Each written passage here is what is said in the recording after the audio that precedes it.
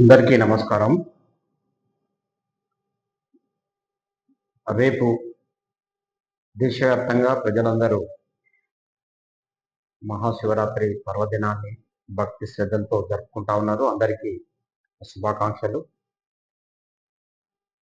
ఇలాంటి ఒక మంచి సందర్భంలో రాజాసింగ్ మహాశివరాత్రి సంబంధించినటువంటి సందర్భాన్ని వినియోగించుకొని చేసినటువంటి బాధ్యత రాహిత్యమైనటువంటి వ్యాఖ్యలని తీవ్రంగా ఖండిస్తా ఉన్నాం.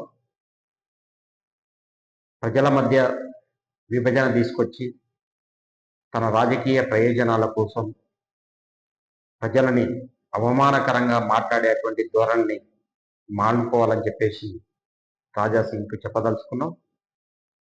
ఎందుకంటే పండగలంటే ప్రజలందరూ చాలా భక్తి శ్రద్ధలతో పాటు అందరూ కలిసిమెలిసి సంతోషంగా జరుపుకునేవి. ఇలాంటి సందర్భాలని తమ రాజకీయ ప్రయోజనాల కోసం ప్రజల మధ్య విద్వేషాలు రెచ్చగొట్టే సందర్భంగా బీజేపీ మార్చేసింది.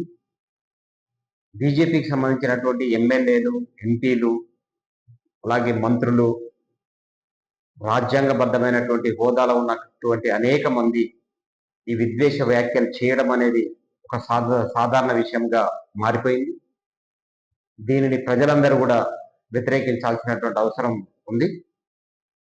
కలిసిమెలిసి జరుపుకోవాల్సినటువంటి పండుగలని విద్వేషపూరితమైనటువంటి వాతావరణంలో జరుపుకోవాల్సినటువంటి స్థితిని ఈ దేశంలో బీజేపీ సృష్టిస్తూ ఉంది. దీనికి వ్యతిరేకంగా ప్రజలందరూ కూడా గొంతు విప్పాల్సినటువంటి అవసరం ఉంది అని చెప్పేసి భావిస్తా ఉన్నాం.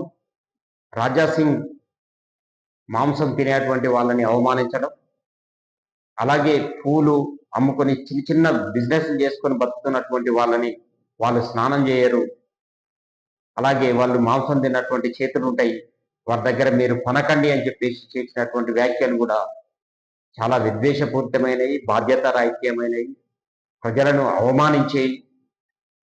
అంటే మాంసాహారం ఈ దేశంలో దాదాపు ఒక 80-90% మంది ప్రజలు మాంసాహారం తింటా ఉంటారు. మనం భక్త కన్నప్ప చూసినప్పుడు ఆయన తన యొక్క కన్నును కూడా తీసి శివుని విగ్రహం పైన పెట్టినటువంటిది మనం చూస్తాం. కాబట్టి ఇలాంటి సందర్భాలు, ఇలాంటి ఒక విస్తృతమైన వైవిధ్యపూరితమైనటువంటి సంస్కృతి ఉన్నటువంటి దేశం ఇది. కాబట్టి ఈ దేశంలో రాజాసింగ్ లాంటి ఒక విష ప్రసంగాలు చేసేటువంటి వారిపైన ప్రభుత్వం కానీ, పోలీసు యంత్రాంగం కానీ చట్టపరంగా చర్యలు తీసుకొని వారిని వెంటనే అరెస్టు చేయాలి అని చెప్పేసి మేము డిమాండ్ చేస్తా ఉన్నాం.